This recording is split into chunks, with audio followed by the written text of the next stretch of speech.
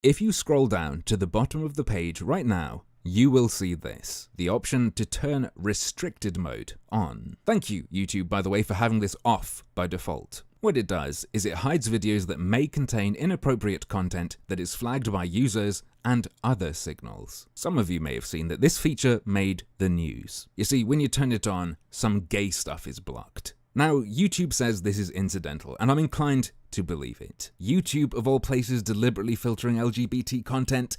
I don't see it. Like this video, The Gift HIV documentary, disappearing when you turn the filter on, I don't think it's because it involves gay men. And while I'm glad that people are talking about these features for any reason, only caring because it affects gay stuff seems a bit short-sighted to me. Unsurprisingly, this filter hits most of my content. If you turn it on, this is all you'll see on my channel. To be honest, I think you should probably see nothing on my channel if you turn a filter for inappropriate content on to protect kids, or whatever else you want to use it for. Which brings us to the biggest issue with this feature.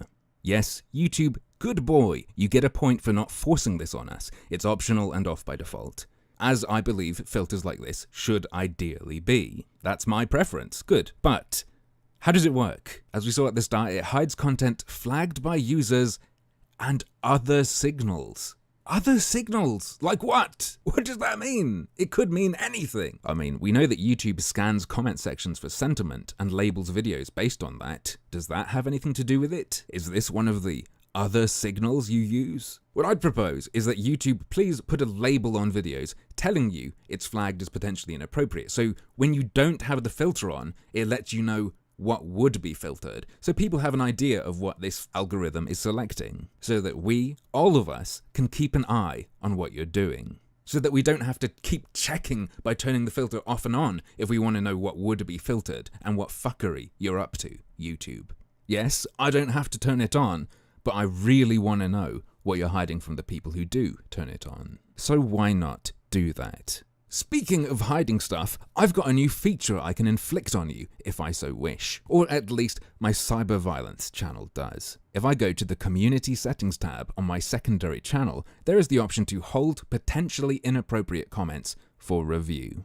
God damn, I already thought YouTube was a nightmare, holding spam comments that are not spam at all. Now they need an extra filter you can turn on if you want. And yeah, it's optional, but it's only optional for the channel's owner. It's not optional for you. Your shit will be filtered if the YouTuber in control of the forum underneath their videos wants you to be filtered. Now yeah, there already are options for this. You can hold every comment for review, you can filter particular words, such as, I don't know, banana. But this one's really interesting to me because you're putting it into the hands of a bot that judges inappropriateness. So I have to ask, how? YouTube has been doing sentiment analysis on your comments for years, so it's hard for me to believe they've taken this long to implement a filtering feature based on that. So what else could it be? Well, what about perspective? That is a fresh and new Google thing, and it rates the toxicity of comments.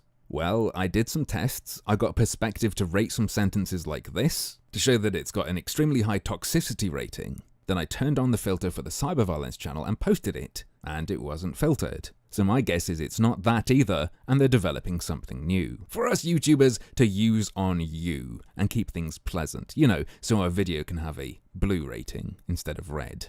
Keep you guys nice and appropriate. Because hey, why settle for appropriate or advertiser-friendly content when I can have appropriate and advertiser-friendly comment sections as well? This is the kind of stuff that's been begged for years. And the stuff people have been saying, no, be careful what you wish for, about for years. And now that it's here, we have people bitching because it affects them. Well, no shit. And I'm mostly talking about the restricted mode, to be honest. Because it seems like no YouTubers give a shit about censoring you. That's not going to get any attention. So let's hop back to the videos being filtered.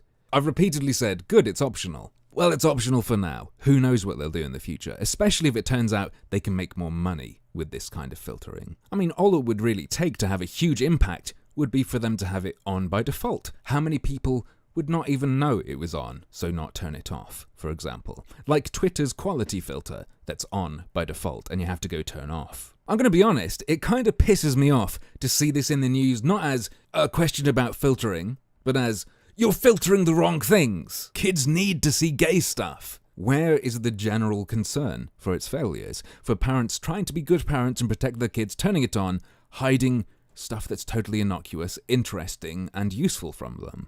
In general, give us transparency, Google. Please don't just oil the squeakiest wheel, which is what they seem to be doing, saying how proud they are to represent LGBTQ+ voices, and how passionate they are for making YouTube such an inclusive, diverse, and vibrant community. Lovely, beautiful YouTube, you're such good people.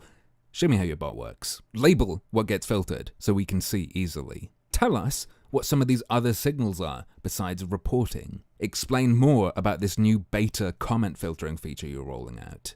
Stop keeping us in the dark. I can think of no good reason to keep things wrapped up tight. And if you think there is, fucking tell us. Write why. Put a blog post out. I'll say it again. I want to see some of the people in charge of this sort of stuff write and acknowledge and show us that they understand the downsides, that they understand the risks of filtering and what can go wrong with it. Is any of this extreme? Is any of this too much to ask for? I don't think so.